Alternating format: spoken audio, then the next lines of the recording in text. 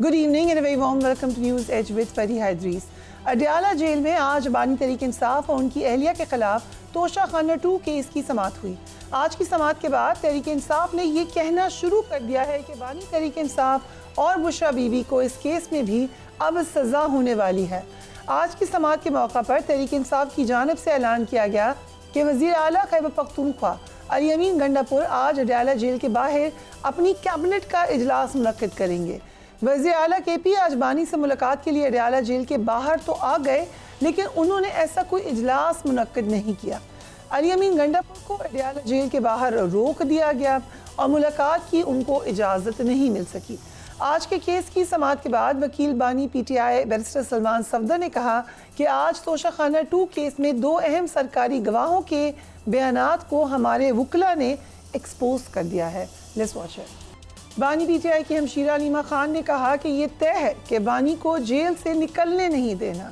Let's watch it. आज अलीमा खान ने यह भी कहा कि बानी तहरीक इंसाफ कैद तन्हाई में हैं और उनकी मुलाकातें बंद कर दी गई हैं। दूसरी तरफ अली अमीन गंडापुर साहब की एक जो स्टेटमेंट है उसके हवाले से भी बात हो रही है। तहरीक इंसाफ की पार्लिमानी पार्टी इजलास में जो रिमार्क्स उन्होंने दिए वो अब आप देख सकते हैं कि सोशल मीडिया पे बड़े डिबेटेड हैं। कुछ रिपोर्टर्स ने यह दावा किया कि अली अमीन गंडापुर ने इस इजलास में मुबैना तौर पर कोट एंड कोट कहा कि उनके 22 MPs के हल्फनामे ले लिए गए हैं। Party chairman barrister Gohar Khan ने इस खबर की तरदीद कर दी। आज वज़ीर आला खैबर पख्तूनख्वा अली अमीन गंडापुर ने कहा कि हम बानी से मुलाकात के लिए आज अडयाला जेल आए हुए हैं। सोशल मीडिया तो अनगाइडेड मिसाइल है। Let's watch it. Ali Mohammad Khan sahab हमें ज्वाइन कर रहे हैं। Thank you so much for joining us. काफ़ी लंबा दिन आज गुजरा PTI का। ऐसे लगा कि आप अफसरदा हैं कुछ फुटेजेस में, क्या हुआ आज सारा दिन? जी बहुत शुक्रिया। बिस्मिल्लाहिर्रहमानिर्रहीम। अल्लाहुम्मा सल्ली अला मोहम्मद व अला आलि मोहम्मद। सबसे पहले तो 2 अशखास के लिए मैं 2 बातें करके फिर आपके सवाल की तरफ आता हूँ। एक छोटा जो बच्चा उमर शाह फौत हुआ है, यंग स्टार जो है TV का, और बच्चा जो था उसके लिए दुआ है और उसके घर में बड़ी अफसरदगी होगी। चाइल्ड स्टार था। और दूसरे जो वकार काकड़ हैं बलूचिस्तान में, कैप्टन वकार काकड़ भी शहीद हो गए हैं। मेजर अदनान के बाद और उससे पहले कैप्टन तैमूर शहीद हुए। तो हर तरफ से शहादतें आ रही हैं और ज़रूरत इस अमर की है कि पॉलिटिकल लीडरशिप कम अज़ कम इस एक इशू पे मैच्योरिटी दिखाए, यकजा हो, और उसके लिए खान साहब जैसी लीडरशिप को भी बाहर लाया जाए, क्योंकि आपस की लड़ाइयाँ तो बहुत हो गई हैं। दुश्मन हमें मार रहा है और हमें अपने मुल्क को बचाना है। इन हालात में आपने आज देखा कि अडयाला में वज़ीर आला एक सूबे का, एक परेशान सूबे का जिसमें दहशतगर्दी के मसाइल हैं, वो आया है और उसको अपने लीडर से मिलने तक नहीं दिया। क्या वजह है कि पॉलिटिकल लीडरशिप को नहीं मिलने दिया जा रहा? मैं खुद आज उधर था, तकरीबन सुबह में गया था, तो मुझे तो एक एज था एज ए वकील भी मैं केसेस में, और इस्लामाबाद हाई कोर्ट का ऑर्डर भी है मेरे पास, चीफ जस्टिस आमिर फारूक साहब ने दिया था, जिसकी वजह से कोई 5, 6, 7 महीने में जाता रहा। लेकिन अब पिछले 9 महीने पूरे हो गए हैं आज कि 9 महीनों से मेरी एंट्री बंद है। मैं ये सवाल रखता हूँ हुकूमत पे कि जब वकला अंदर जा सकते हैं, जो केस के अंदर जाते हैं, या फैमिली मेंबर्स, तो पॉलिटिकल लीडरशिप को क्यों रोका जाता है? आपको क्या खतरा है पॉलिटिकल लीडरशिप से कि अली अमीन नहीं जा सकता, अली मोहम्मद नहीं जा सकता, असद कैसर नहीं जा सकता, आतिफ खान नहीं जा सकता, Aamir Dogar? Why? Political leadership से क्या आपको थ्रेट है? तो ये सारी चीजें आपके सामने हैं। और बहरहाल खान साहब का तो हौसला बुलंद है। मेरी तो मुलाकात नहीं हो पा रही, लेकिन जो अंदर से खबरें आती हैं, माशाल्लाह ही इज फिट और उनका हौसला बुलंद है। और बाहर हमारा भी हौसला बुलंद है। जो जेलें हमें नहीं तोड़ सकी, जो लोग हमें खरीद नहीं सके, थ्रेट नहीं कर सके, 26वीं आईनी तरमीम नहीं कर सके, इंशाल्लाह मेरे ख्याल में मुश्किल फेज तो गुजर गया है। इंशाल्लाह ठीक है, मान लेती हूँ मैं कि हौसला आपका बुलंद है और लोगों का भी होगा, लेकिन पार्टी के अंदर तो आपको नज़र आ रही हैं इंतशार या प्रॉब्लम्स, आपस की लड़ाइयाँ, पब्लिक लड़ाइयाँ, फिर कोई बात कहीं रिपोर्ट होती है, कहीं रिपोर्ट होती है। सो ये तो हम कह सकते हैं कि ऑल इज़ नॉट वेल। अब अभी जो लेटेस्ट तनाज़ा है वो अली अमीन गंडापुर के एक बयान पर तनाज़ा चल रहा है। What do you think? ये अनगाइडेड मिसाइल ने बना दी है पूरी खबर, जैसा कि चीफ मिनिस्टर कह रहे हैं, या कोई बात हुई होगी? पार्टी इंटरनल मीटिंग में बहुत सी बातें होती हैं। माजी में जब खान साहब खुद बाहर थे तो 5-5 घंटे, 6-6 घंटे मीटिंग्स भी हमारी होती रही हैं। कोई एक बात बाहर नहीं आती थी। मेच्योरिटी थी लोगों में। खान साहब के साथ हम चले हुए थे 15-20 साल से, हमें पता है खान साहब के मूड का भी, ये भी पता है कि हम अंदर ऐसा नहीं है, यानी कि अगर आप पुराने लोगों से पूछें तो खान साहब के साथ जो हमारी कोर कमेटी की मीटिंग्स होती रही, बड़ी हीटेड मीटिंग्स होती रही, खान साहब के साथ बड़े आर्गुमेंट्स होते रहे। और खान साहब वॉज, ऐसा नहीं है कि खुदा न खास्ता कोई बॉसी उनका वो था, he was first among the equals. मैंने तो खुद विटनेस किया है आप लोगों की इस किस्म की मामलात को। आप चीफ मिनिस्टर के साथ भी ऐसी बात लेकिन कुछ चीजें बाहर, लेकिन कोई चीजें ऐसी बाहर, मैं समझता हूँ जिसने ये मैच्योरिटी की, लेकिन अंदर बहुत सी बातें होती हैं तो ये बात हुई, रिपोर्ट नहीं करनी चाहिए थी। It was not for public consumption, internal consumption के लिए थी। नहीं, मैं किसी बात को कंफर्म नहीं कर रहा, ये मेरा काम नहीं है। मैं तो उस बात पे बात करूंगा जो कि पब्लिकली पार्टी ने अपना एक स्टांस दिया है। हाँ, सोशल मीडिया के हवाले से एक बात मैं जरूर करूंगा, एक सेगमेंट ऑफ सोशल मीडिया जरूर और नेगेटिव क्रिटिसिज्म करता है, लेकिन तहरीक इंसाफ की सबसे बड़ी जो स्ट्रेंथ है अवाम में मकबूलियत, खान साहब का नजरिया, सो उसमें से एक स्ट्रेंथ हमारी सोशल मीडिया आज भी है। सोशल मीडिया हमारी एक स्ट्रेंथ है। बहुत सी ऐसी चीजें जो मुल्क में शायद आप ना कह सकें, तो कुछ हमारे साथी बाहर से कहते हैं, उसमें कभी कोई लाइन क्रॉस भी हो जाती है, लेकिन social media is our strength. So chief minister को पता होनी चाहिए ये बात कि उनकी स्ट्रेंथ है। वो तो कह रहे हैं कि अनगाइडेड मिसाइल है।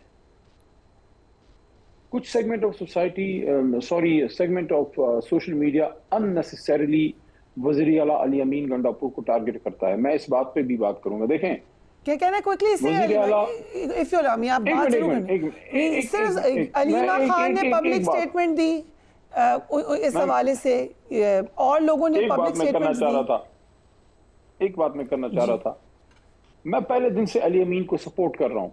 ठीक, मैं उसको नहीं सपोर्ट कर रहा, मैं उस वजीर आला को कर रहा हूँ जिसको इमरान खान ने एक मुश्किल वक्त में बनाया। जो लोग बड़ी बातें करते हैं, दो बातें देखें, बड़ी क्रिटिसिज्म हुई अली अमीन पे भी हुई और पॉलिटिकल कमेटी पे भी हुई। जो सेनेटर्स बने, आज ये बात क्लियर होगी कि जितने सेनेटर्स के नाम आए थे खान साहब ने ओके किए। दूसरी चीज ये है कि अली अमीन को वजीर आला इमरान खान ने बनाया। आज खान साहब उसको हटा दें, हम उसको नहीं सपोर्ट करेंगे। जब तक इमरान खान का हाथ अली अमीन पे पड़ा हुआ है, मैं उसको सपोर्ट करूंगा, क्योंकि वो वजीर आला है, मुश्किल वक्त का वजीर आला है। बाकी उसकी सारी बातों से मैं नहीं एग्री करता, बहुत सी चीजों से मैं डिसएग्री भी करता हूं, लेकिन जिस तरीके से उसको अटैक किया जाता है, देखें ये जो एक चीज की गई बजट के हवाले से, देखिए मजबूरी के आलम में उसको करना पड़ा। अगर वो ना करता, इस वक्त आपकी हुकूमत गई थी। अगर खैबर पख्तूनख्वा की भी आपकी हुकूमत खुदा ना खास्ता चली जाए, पंजाब की सूरत हाल तो देख रहे हैं, पंजाब में तो बे इंतहा इमरान खान की सपोर्ट है, लेकिन फस्तायत इतनी है कि किसी को एक वर्कर कन्वेंशन तो बहुत बड़ी बात है, जलसा तो छोड़ ही दें, एक जगह छोटी सी मीटिंग, कॉर्नर मीटिंग अगर आप करें तो उसको नहीं छोड़ते। तो मैंने एक बात की थी, मैं उस पर आज भी खड़ा। खैबर पख्तूनख्वा की हुकूमत इमरान खान का आखिरी मजबूत किला है, इसकी हमने हिफाजत करनी है। इमरान खान की मैंडेट की हिफाजत के लिए, खान साहब की रिहाई के लिए जो है खैबर पख्तूनख्वा की हुकूमत जो है, so basically ठीक है, ये बात ठीक है। देयर इज अ फियर कि ये गवर्नमेंट जा सकती है। तहरीक आदमी बात है, आपने कहा हुकूमत गई थी, अगर नई बजट को पास करवाया जाता, ये थ्रेट किसकी तरफ से आई थी कि अगर आप ऐसा करेंगे तो आपकी हुकूमत चली जाएगी? लेकिन मैं तो एक चीज, अपने एमपीज ने कहा था कि आप गलत कर रहे हैं चीफ मिनिस्टर। देखें आई बी अ बिट ब्लंट। मैं कल हरिपुर था, एक पहाड़ी, हरिपुर बहुत बड़ा वो जिला है, आप तो गई होंगी, तो पहाड़ी इलाका भी उसमें आता है। वहाँ हमारा एक जलसा था, उमर अयूब खान साहब और उनके भाई हैं अरशद भाई जो है, अरशद अयूब साहब, तो हमारे बड़े पुराने हमारे वर्कर हैं, इंजीनियर इफ्तिखार चोई साहब, खान साहब के 25-30 साल के साथी हैं। तो वहाँ हमने जलसा किया, मैंने उमर अयूब साहब की स्पीच सुनी। मुझे यकीन जाने इतना दुख हुआ उनकी स्पीच सुन के और उनको देख के। उनका हौसला बुलंद है, लेकिन ये चीज के देखें लोग उनके बारे में क्या क्या बातें करते थे। हमारे कुछ अपने बातें करते थे, फलाना है, ये है, उधर मिला है, फलाना, हम बहुत से लोगों के बारे में बात। वो 40 साल की सजा अपने ऊपर वो इमरान खान की वफादारी में करवा बैठा है, शिबली फराज करवा बैठा है, ठीक है ना। तो ये जो इमरान खान साहब की ये जो लीडरशिप है, इमरान खान साहब के साथ मजबूत खड़ी है, इन लोगों पे जो है ना, इन लोगों पे जान के सवाल उठाना क्यों देखें, ये सवाल तो आपकी अपनी पार्टी उठाती है, ये तो मान लेना, ये तो इंटरनली आवाज आती है। कुछ अपने भी हैं, कुछ अपने भी हैं, कुछ पराए भी हैं। देखें, बड़े टैक्टफुली पीटीआई की लीडरशिप को अटैक किया गया, बड़े टैक्टफुली, कि जब जेल से ना टूट सके, जब खरीद ना सके और जब डरा ना सके, तो किसी तरीके से उनको आप डिस्क्रेडिट कर दें, ताकि इमरान खान की फर्स्ट लाइन ऑफ डिफेंस कौन है? देखें, कौम तो खान के साथ खड़ी, लेकिन उनको ऑर्गेनाइज कौन करता है, उनको निकालता कौन है? पार्टी। देखें, जो पार्टी हायरार्की है, जो जनरल सेक्रेटरी है, चेयरमैन है, पार्टी के सूबाई सदूर हैं, जिली सदूर हैं, एमएनए, एमपीए, इसको अगर आप हटा दें तो ये तो आपने पार्टी को बिल्कुल कोलैप्स कर दिया। इस तरीके से पार्टी पे अटैक हो रहा है। मैं तो इस लीडरशिप को सलाम पेश करता हूँ। आपने जो बात की ना, मैंने उस तनाज़र में बात की है कि कुछ लोग चाहते थे कि किसी भी तरीके से खैबर पख्तूनख्वा की हुकूमत को गिराया जाए और एक माहौल बनाया जाए। खान साहब ने ये तो नहीं कहा था कि आप अपनी हुकूमत ही गिरा दें। सो अब अगर तहरीक आ जाती है तो क्या ऐसा हो सकता है कि आपके अपने एमपीज उनके खिलाफ ले आए तहरीक एतमाद या उसमें सपोर्ट करें? देखिए, मैं कोई जज्बाती बात नहीं करूंगा। मैं प्रैक्टिकल मैं चीज़ों को देख के प्रैक्टिकल बात ही करता हूं। 22 के और अब के हालात में एक फ़र्क है। 22 में लोगों का ये ख्याल था कि हुकूमत अहदे एतमाद ला के तो खान साहब को अगर आप फारिग कर दें तो आप आउट हो जाएंगे पॉलिटिक्स से। आपने देखा रिसर्जेंस हुई है। तो अभी अगर खुदा न खास्ता कोई भी शख्स ये सोच रहा है कि मैं अहदे एतमाद में खान साहब के खिलाफ चला जाऊंगा, अली अमीन तो नहीं है, इमरान खान है ना उधर। हुकूमत अली अमीन या अली मोहम्मद की तो नहीं है। मेरा वोट किसका है? इमरान खान का। तो अगर हमारे इधर खैबर पख्तूनख्वा सूबे में कोई एक भी एमपी है, मैं पहले तो ये कह दूं कि मुझे लगता है कोई एक भी नहीं जाएगा, लेकिन अगर वो कोई एक भी जाएगा तो वो ये सोच के फिर जाए कि फिर अगर उसने सूबे में सियासत करनी है तो इस वक्त तो कौम खान के साथ खड़ी है। तो अगर सूबे में सियासत करनी है तो फिर सूबे के लोगों में बहुत से लोगों का ये ख्याल है कि हमने इसलिए ये मैंडेट इनको दिया था कि ये खान को बाहर निकालें, और वो नहीं हो सक रहा तो फिर ये क्यों गवर्नमेंट में है? ये भी एक ओपिनियन है। नहीं, ये बात आपकी सही है। कैंपेन में दो चीज़ों पे हमें वोट पड़ा था, और एक खान साहब की रिहाई के लिए, और दूसरा जो हमारा स्टैंड था हकीकी आज़ादी का कि सुप्रीमेसी ऑफ कॉन्स्टिट्यूशन के आइन बालादस्त हो, रूल ऑफ लॉ, इस पे हमें वोट पड़ा है। तो बिल्कुल ये एक सोच है। लेकिन दूसरा ऑप्शन फिर क्या है? क्या बाहर जाना, सिस्टम से मुकम्मल निकल जाना, क्या ये सियासी खुदकुशी नहीं होगी? अगर आप सिस्टम से मुकम्मल बाहर जाते हैं तो आपके पास जो थोड़ा सा एवेन्यू है सूबाई असम्बली या कौमी असम्बली का, जहां से आपकी पॉलिटिकल स्ट्रेंथ गेन करते हैं, पॉलिटिकल वेट है, वहां से अगर आप आउट हो जाएंगे, दैट्स व्हाट दे वांट। हमारा सियासी मुखालिफ, उन्होंने तो एड़ी चोटी का जोर लगाया हमें असम्बलियों में रोकने के लिए। मैं आपको अपनी मिसाल देता हूं। मेरे डॉक्यूमेंट्स, मैं आज भी पर्दा रखूंगा क्योंकि वो एक खातून अफसर थी, तो मैं नहीं चाहता मैं कोई ऐसी बात करूं, लेकिन मेरे डॉक्यूमेंट्स वहां रिजेक्ट किए गए और मैं खुद तो जा नहीं सकता था। बताया गया कि आपके ओके हो जाएंगे हाई कोर्ट से। हाई कोर्ट में रजिस्ट्रार ने ऑब्जेक्शन लगा दिए। उसके बाद आखिरी दिन चंद घंटों में हाई कोर्ट शावर में मेरे डॉक्यूमेंट्स ओके हुए। यानी उन्होंने अपनी भरपूर कोशिश की कि मैं असेंबली में ना आ सकूं। इसी तरह बहुत से और लोग। तो इन हालात में जब उनकी भरपूर कोशिश थी कि हम असेंबली में ना आए, जो आ गए उनको 40-40 साल की सजाएं दे दें, जो बाकी रह गए हैं अगर हम उनको यहां से एक एम्प्टी स्पेस देते हैं, दैट्स व्हाट दे वांट। सो आपसे बयान हल्फी का तो नहीं किसी ने कहा था? देखिए, किसी की जरूरत नहीं है, किसी की जरूरत नहीं है। मैं ये बताऊं, मैं सबको ये हम लॉजिक बात करते हैं, लॉजिकली। देखिए, जो बयान हल्फी की बात होती है उसका भी मैं आपको बताता हूं। देखिए, वो अंग्रेजी में कहते हैं ना, where there is smoke there is fire। किसी में कोई ना कोई चक्कर होता है तो वो शहद की मक्खी उधर आती है, समझ गई ना। तो बयानी हल्फी मुझे नहीं पता कितनों ने दिया है, किसी ने दिया है, नहीं दिया, लेकिन अगर किसी ने दिया है उसमें तो कोई चक्कर होगा तो देगा। जिसकी चक्करबाजी नहीं होती ना, उसके करीब भी कोई नहीं आ सकता, उससे बात भी लोग इज्जत से करते हैं। ठीक है, very interesting. Thank you so much अईम Mohammad Khan sahab for giving us time. Will take a break and we will be right back.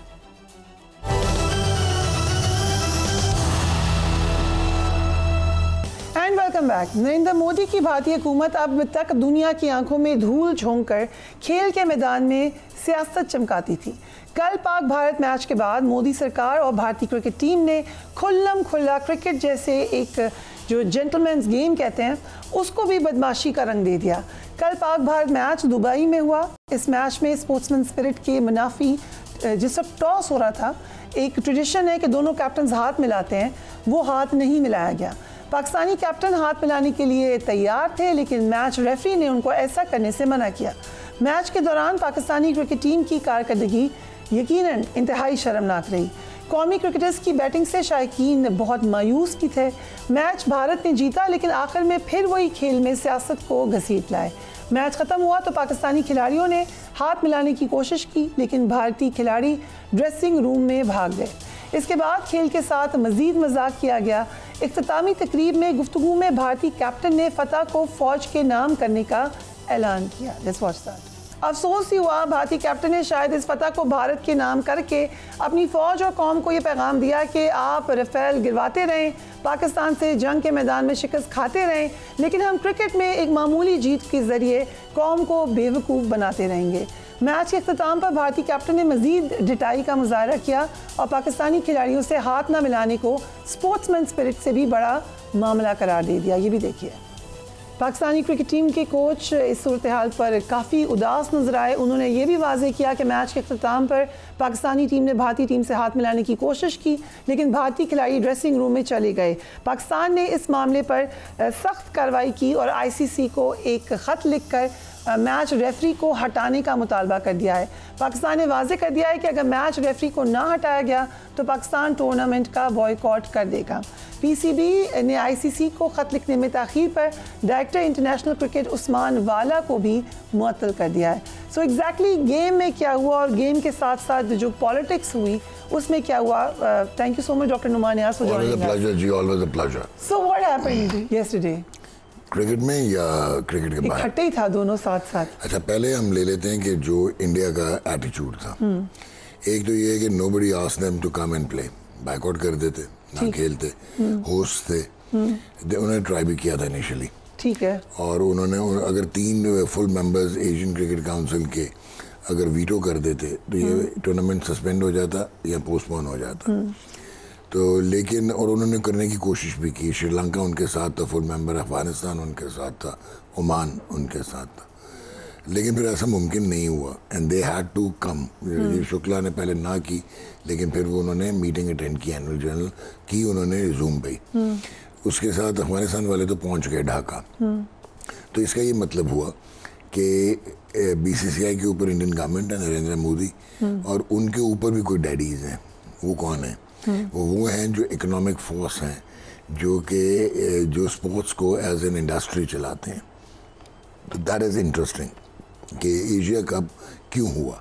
ना सिर्फ एशिया कप हुआ, इंडिया माना, इंडिया में उन्होंने हाइब्रिड मॉडल को भी फॉरगो करते हुए कहा कि हम UAE में पूरा करा लेते हैं। वो किसको फैसिलिटेट कर रहे थे? फिर 2 टीमें एक्स्ट्रा डाली गई। क्यों डाली गई? That is no, it was not plan. हुआ यह है कि जो मुकेश अंबानी हैं, जो कि जियो स्टार जो कंसोर्शियम है उसको हेड करते हैं, रिलायंस के हेड हैं और फ्रेंचाइज ओन करते हैं इंडियन प्रीमियर लीग में मुंबई इंडियंस। उन्होंने 2-3 साल पहले वाईकॉम 18 खरीदा फॉर $57.6 मिलियन। ठीक। फिर उन्होंने डिज्नी खरीदा, डिज्नी US फॉर $8.7 बिलियन। फिर उन्होंने ICC के राइट्स खरीदे क्रिकेट के, दैट वाज फॉर $3.01 बिलियन। और उसके बाद उन्होंने IPL के राइट्स खरीदे, that was for $3.05 billion. 40% of the total Indian broadcast market is owned by Jio star. अच्छा, अब ये जो राइट्स हैं ये थे सोनी पिक्चर्स नेटवर्क इंडिया के पास, और इवेंचुअली जितनी हैगमोनिक प्रेजेंस है जियो स्टार की, दे वुड लाइक के सोनी पिक्चर्स नेटवर्क इंडिया भी उनके साथ कंसोर्शियम में आ जाए। 10 टाइम्स मोर प्राइस पे खरीदा हुआ था सोनी पिक्चर्स नेटवर्क ने, फॉर $170 मिलियन ये खरीदा है एशिया कप के राइट्स। तो ये हो गई वाइट इकोनॉमी। अब ये जब इतने पैसे इन्वेस्ट किए उन्होंने, तो उनको रिटर्न ऑन इन्वेस्टमेंट कहाँ से मिलेगा? टूर्नामेंट्स होंगे तो मिलेगा, ठीक है, प्रोडक्शन होगी तो मिलेगा। फिर इंडिया में मिक्स्ड मॉडल है, it's they are not only dependent on अपना ये commercial air time revenue based streams, उनके पास जो है वो DTH भी है और उनके पास जो है सब्सक्रिप्शन मॉडल्स भी हैं। ठीक। तो वो बहुत ल्यूक्रेटिव बिजनेस है वहाँ पे ब्रॉडकास्ट का। और इतना ल्यूक्रेटिव इंडियन मार्केट है कि 7 कॉन्टिनेंट्स की जगह ICC ने 8 कॉन्टिनेंट्स कर दिए थे फॉर ब्रॉडकास्टिंग राइट्स, यानी कि एशिया अलग है और इंडिया अलग है। तो ये थे। अच्छा, बिगेस्ट डोनर BJP का कौन है? मुकेश अंबानी, ठीक, रिलायंस। Indeed. सो इवेंचुअली ये टूर्नामेंट इनको कंपल्शन में खेलना था। अब जो जियो पोलिटिकल सिनेरियो आप मेरे से बेहतर जानती हैं, जो उनकी हज़ीमत उनको उठाना पड़ी, 6 रफेल गिर गए, मिलिटरली वो फारिग हो गए। दे थॉट कि वो जो एक उन्होंने फॉल्स नैरेटिव बनाया होता है कि वो बहुत बड़ी कोई पावर है, ठीक है इकोनॉमिक पावर होंगे, स्पोर्टिंग भी बहुत बड़ी पावर वो बन चुके हैं अब, लेकिन at the end of the day वो इस रीजन की रीजनल पावर नहीं है, चाइना है जी। सो उनका वो जो नैरेटिव था, और पाकिस्तान को उन्होंने बेचा ही इस चीज़ पे है कि बायलैटरल सीरीज ना करना, anti Muslim sentiment, anti Pakistan sentiment, terrorism का एक फजूल किस्म का, अहमखाना किस्म का। पहलगाम वाला तो बिल्कुल ही अहमखाना चार्जेस थे जो दुनिया में रसवाई हुई उनकी। तो अब उनको नदामत भी बहुत थी, अब उनको खेलना भी था, और उनको घर में सलावातें सुननी पड़ रही थी। उनका मीडिया वाज गोइंग बर्जर्क। वो आप लोगों की तरह सोफिस्टिकेटेड थोड़ी है, वो लोग तो ऐसे शो करते हैं जैसे कि बस वही हैं, और फिर वो झूठ पे मबनी बहुत सारा बेस करते हैं। ऐसे हाथ ना मिलाने को वो भी क्रिटिसाइज कर रहे हैं। अच्छा, अब हुआ क्या कि इन्होंने, अब आते हैं अब एंडी पाइक्रॉफ्ट पे, वो हमेशा से उसकी leaning is towards India. Why? Because majority of the cricketing world is now virtually being held hostage by India's economic power. वो इस वक्त क्रिकेट की जायंट्स हैं, इकोनॉमी के भी और क्रिकेट एज क्रिकेट टीम भी। अब आईसीसी का कौन हेड है? जेशा कौन है? अमित शाह का बेटा। सो जेशा जो है अगेन आईसीसी अब उनके पास है। अब इसमें एक तो हाथ ना मिलाना या मिलाना, वो मैंडेटरी नहीं है, वो किसी बाय लॉ या लॉ का हिस्सा नहीं है, वो आईसीसी के किसी लॉ में नहीं आता। तो ये कोई वायलेशन नहीं है। अगर एंडी पाइक्रॉफ्ट, जो कि उनको नहीं कहना चाहिए क्योंकि वो आईसीसी के प्लेटफॉर्म पे थे, बीसीसीआई के नहीं, तो वो तो कोई बात नहीं बनती, हाथ ना मिलाया नहीं मिलाया, दैट इज so bad. बताने लगा, that's not an offence, but that actually hurt the sentiment of the game, essence of the game, integrity of the game और सोशलिटी ऑफ क्रिकेट। ठीक हो गया, तो ये तो हो गया। लेकिन अब आखिर में तकरीर भी नहीं करने दी। अच्छा, अब जो पाकिस्तान ने तकरीर करने की उन्होंने नहीं करने दी, ये खुद नहीं गए। ठीक है। अब पाकिस्तान का जो स्टैंस है इस वक्त, पाकिस्तान क्रिकेट बोर्ड ने, आई होप कि उन्होंने प्रॉपर आईसीसी के कोड ऑफ कॉन्डक्ट के क्लॉजेस को देखते हुए, एक क्लॉज है 2.1, वो ये कहता है कि failure to maintain positive atmosphere in the match, ये रेलेवेंट है। ठीक है। दूसरा वो कहता है कि टू डिसरिस्पेक्ट द ऑपोजिशन, ये भी रेलेवेंट है। ठीक है। हाथ मिलाना एम ही एग्जैजुरेट हो रहा है, वो लॉ की बात, मैं लॉ की बात कर रहा हूँ, वैसे तो बुरा है। ठीक है। अब उसमें ये दो चीजें आ गई। अब आपका कप्तान आता है इंडिया का, और वो ऐसे लग रहा था कि बीजेपी के जलसे से खिताब कर रहा है, और वो क्रिकेट को उसने पॉलिटिसाइज कर दिया। सही। अब इसमें 2.4 एक क्लॉज है आईसीसी के कोड ऑफ कॉन्डक्ट का, जो ये कहता है कि जिस तरह अगर आपको याद हो, Usman Khawaja Australia versus Pakistan test match में उन्होंने वो ब्लैक आर्म बैंड या जूते पे कुछ लिखा हुआ था कि ऑल लाइव्स मैटर, तो उनको 25% पेनल्टी हुई थी। ठीक है। ठीक हो गया। इसी तरह जो है वो मोइन अली ने, साउथ अफ्रीका इंग्लैंड का वनडे था, रिस्ट बैंड पहना हुआ था कि अपना free Palestine and save Gaza, उनको 25% वो एडमॉनिशमेंट हुई आईसीसी की जानिब से। वो लॉफुल इसलिए था कि ये मना है पॉलिटिकल, रेसिस्ट स्लर और रिलीजियस। ठीक है। अच्छा, तो इससे ज्यादा फिर पॉलिटिकल क्या? मैं वही कहने लगो ना, अगर उसमें आपने कुछ करना था तो आपको परमिशन लेनी पड़ती है फ्रॉम आईसीसी। अब ये बड़ी एक इंटरेस्टिंग सिनेरियो है। पाकिस्तान क्रिकेट बोर्ड 2 के 12-13 घंटे लेट हुआ, लेकिन still they have done really well. They should take ICC and BCCI to the cleaners. Tit for tat होना चाहिए। ये हिस्ट्री में पहली मरतबा हो रहा है कि इस किस्म का इशू क्रिकेटिंग फील्ड पे आया। रेसिज्म के अगेंस्ट क्रिकेट कलेक्टिव थी, फिक्सिंग के against, ball tampering, cheating, umpiring, हमेशा क्रिकेटिंग वर्ल्ड इकट्ठे रही। अब अनफॉर्चुनेटली पैसा इतना ज़्यादा हो गया है, इतनी बड़ी इंडस्ट्री हो गई है कि आपके ऑस्ट्रेलिया, इंग्लैंड, ये जो डेवलप टीम्स और डेवलप बोर्ड हैं, जिनके पास एक ज़माने में वो ओरिजिनेटर्स हैं, उनके पास राइट ऑफ वीटो होता था, वो भी इनके टेलिंग करते रहते हैं इंडिया की, क्योंकि वो नहीं। अब आपको अगर याद हो कि मॉन्की गेट स्कैंडल में उन्होंने अपना बहुत बड़ा ऑलराउंडर इंजानी, एंड्रू साइमन ज़ाया कर दिया, निकाल दिया था। रिकी पॉन्टिंग बाद में रिग्रेट करते रहे क्योंकि ज़्यादती हरभजन सिंह ने की थी by calling him a monkey, लेकिन फिर स्टेटमेंट आईसीसी ने चेंज की क्योंकि इंडिया ने थ्रेटन किया था कि वो ऑस्ट्रेलिया से सीरीज नहीं खेलेंगे बायलैटरल। ठीक हो गया, तो इंडिया का ये क्लाउट है। सो अब आई होप कि जो पाकिस्तान, अच्छा अब ये मैं नहीं मान सकता जो अभी आपने भी कहा, सारे कह रहे हैं कि जी टूर्नामेंट से बॉयकॉट करेंगे, वो पीसीबी नहीं कह सकता, उसका एक रीज़न है। टूर्नामेंट से एंडी बायक्रॉफ्ट के अगेंस्ट आप लिख सकते हैं, आपका राइट है, विलफुल राइट है, ही शुड बी रिमूव्ड, ठीक है, वो करेंगे या नहीं करेंगे that is a separate issue, he should be removed because that is your right. और बल्कि आपने फर्दरमोर ये भी कह दिया कि वो पाकिस्तान की किसी भी जो पाकिस्तान की होम इंटरनेशनल सीरीज होंगी वहाँ पे नहीं आएगा, ठीक है, you are right, well done, job well done. लेकिन जो एक इंटरेस्टिंग एस्पेक्ट इसमें आएगा, अगर आप कहते हैं हम ये टूर्नामेंट बायकॉट करते हैं, उसमें पहले तो एसीसी का इस वक्त चेयर कौन है, एशियन क्रिकेट काउंसिल का, Mohsin Naqvi, who happens to be your federal minister, chairman of the Pakistan cricket board. आपका अपना टूर्नामेंट हो गया, फिर उस टूर्नामेंट को आपने बायकॉट करना because of the third parties, ठीक हो गया। सेकेंडली ये बड़ी एक क्रिटिकल सी सिचुएशन होगी। दूसरा, रेवेन्यू का क्या होगा, एडवर्टाइजर्स का क्या होगा, स्पॉन्सर्स का क्या होगा, कमर्शियल एयर टाइम का क्या होगा, प्रोडक्शन कॉस्ट का क्या होगा, और लिटिगेशन, डॉक्यूमेंटेशन, उसमें लिटिगेशन का क्या होगा।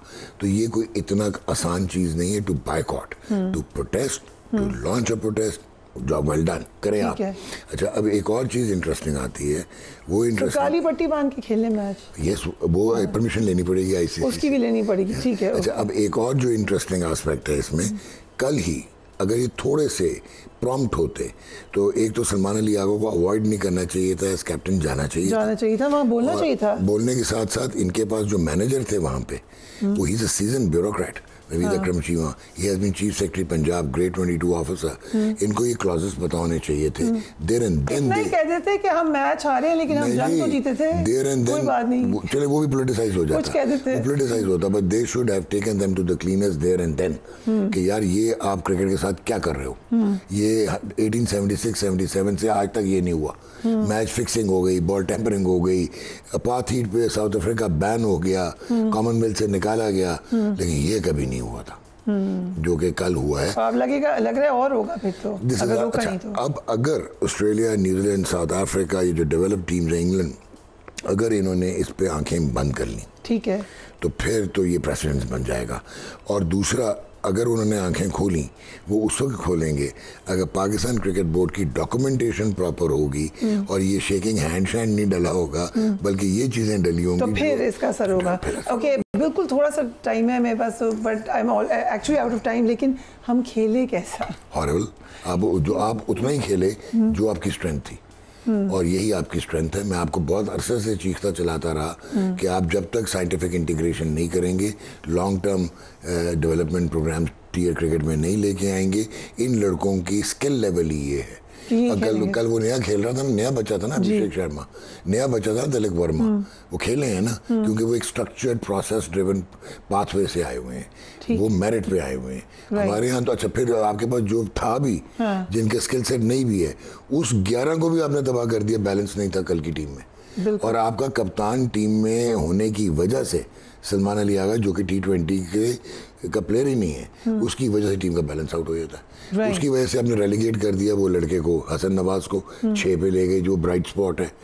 आपका एक एटीट्यूड, 43 मैच हो गए हैं, वो परफॉर्म ही नहीं कर पा रहा, 5 में 3-0 है। साइम अयूब, उसको कोई एडमॉनिश ही नहीं करता, he is taking it for granted.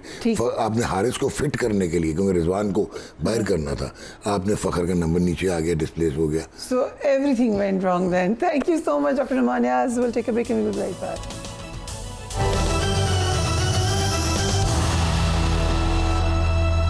And welcome back. Doha में आज अरब इस्लामी ममालिक की सरबराह कॉन्फ्रेंस का इनेकाद हुआ।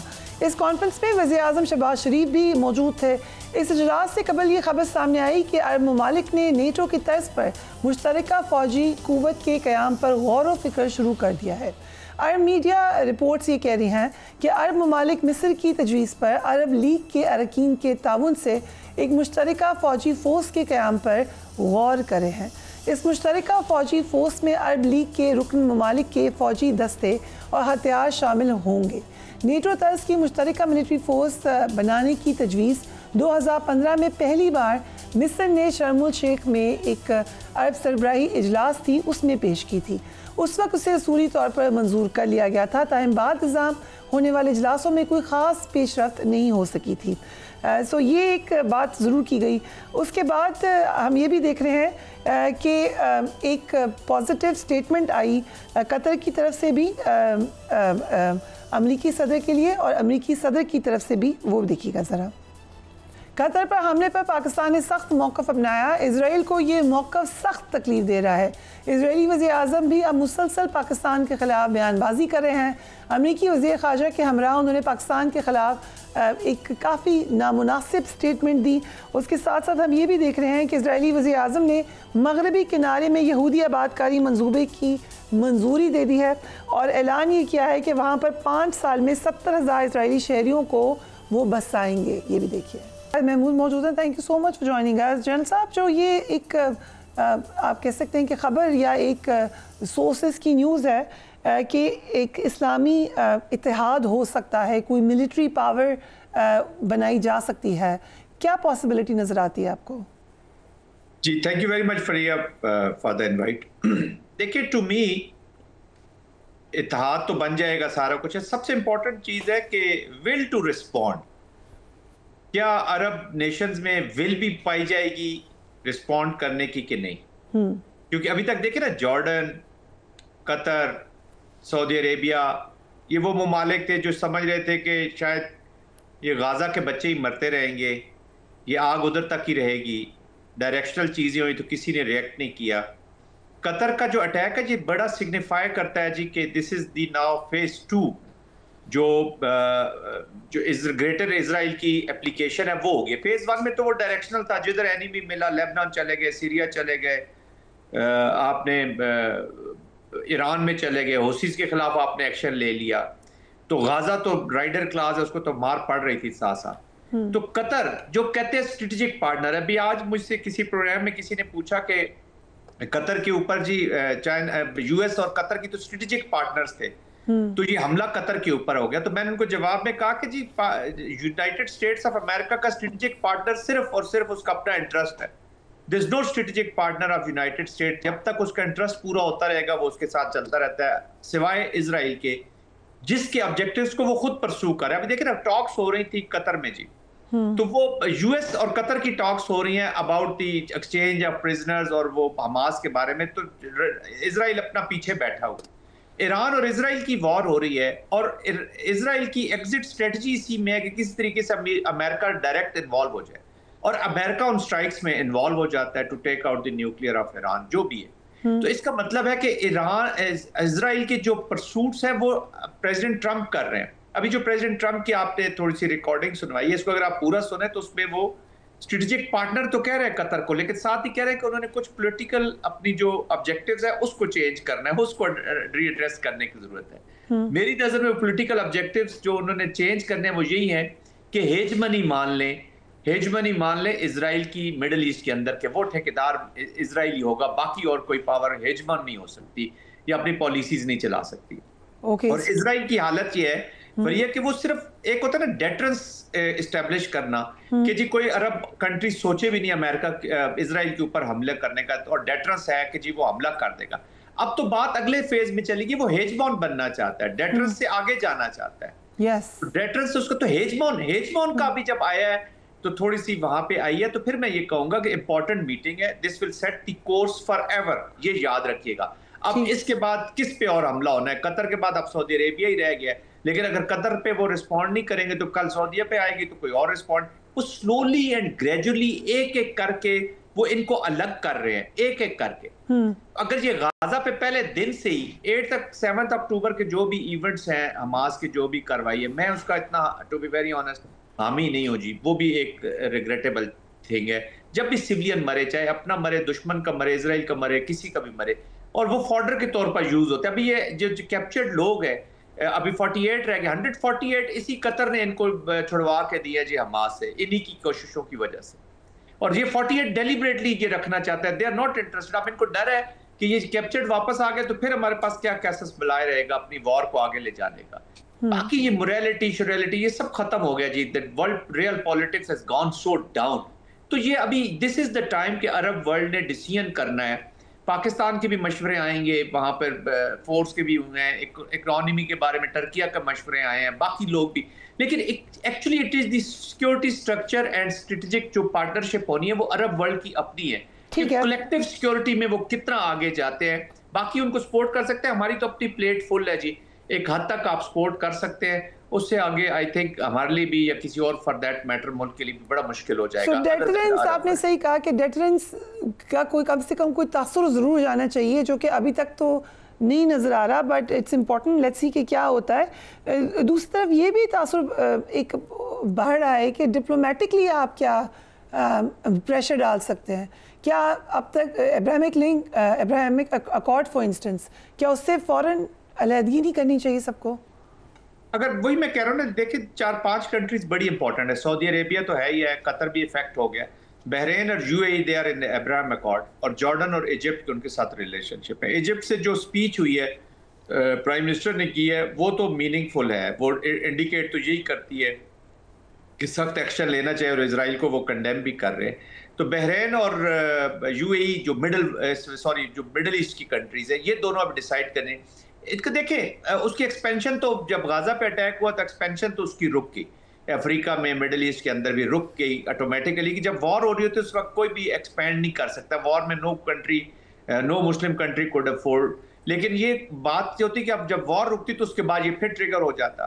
तो आई थिंक ये जो कलेक्टिव सिक्योरिटी की मैं बात कर रहा हूँ, कंडेमनेशन की जो बात हो रही है, एक्चुअली इसको फिर डिप्लोमेटिक पॉलिटिकल तमाम डोमेन में आपने परस्यू करना है। देखिए ना, इजराइल जो है न सिर्फ आपको डिप्लोमेटिकली चैलेंज करेगा, भी हाइब्रिड में वो आपको पॉलिटिकली भी चैलेंज करेगा। हो सकता है वो इन्हीं मुल्कों में अरब स्प्रिंग तर्ज की चीजें शुरू करा दे। Who could stop them? Yes.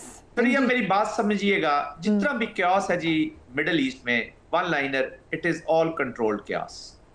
ये बड़ी आपने बहुत ही अहम बात कर दी है, इस पे फिर किसी दिन आपसे डिटेल में बात कर लेंगे। क्विकली, जो इजरायली वज़ीर आज़म ने कहा कि मगरबी किनारे में अगले 5 साल में 70,000 अफराद की आबादगारी के मंसूबे पर दस्तखत किए, और ये भी उन्होंने कह दिया है कि फ़लस्तीनी रियासत कभी नहीं बनेगी। जो आपकी बात है कि अब तो हेजमनी की बात हो रही है, वो लग रहा है कि वो हो भी जाएगी, आपको क्या लग रहा है?